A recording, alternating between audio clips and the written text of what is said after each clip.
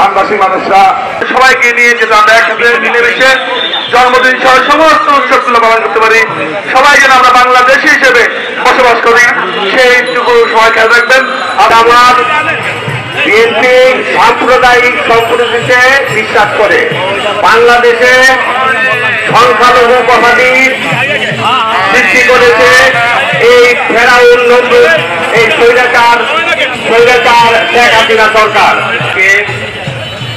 বাংলাদেশে জাতীয় ধর্ম নির্বিশেষে আজকে সকলে যে এক কাতারে দাঁড়িয়েছি, তার একটি অন্যতম দৃষ্টান্ত লাগছে আমাদের এই অনুষ্ঠান।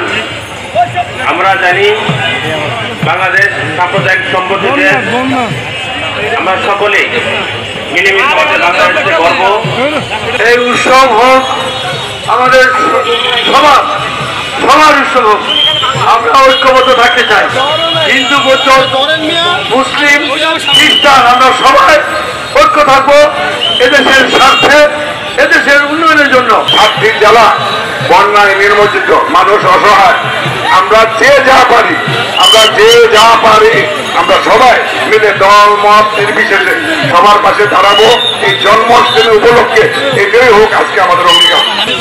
আর সাম্প্রদায়িক নীতিতে বিশ্বাসী হিন্দুকে মুসলমান সেটা বড় কথা নয়।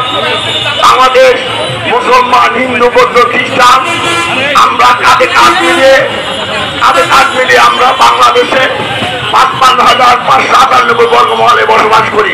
4 বছরের যে সংস্কৃতি হিন্দু, মুসলিম, খ্রিস্টান, বৌদ্ধ এবং অন্যান্য ধর্মের মধ্যে যে সাংস্কৃতিক ঐক্য রয়েছে, সেই ঐক্যকে বজায় রেখে, সাম্প্রদায়িক সম্প্রীতি বজায় রেখে আমরা আগামী দিনে পথ চলব।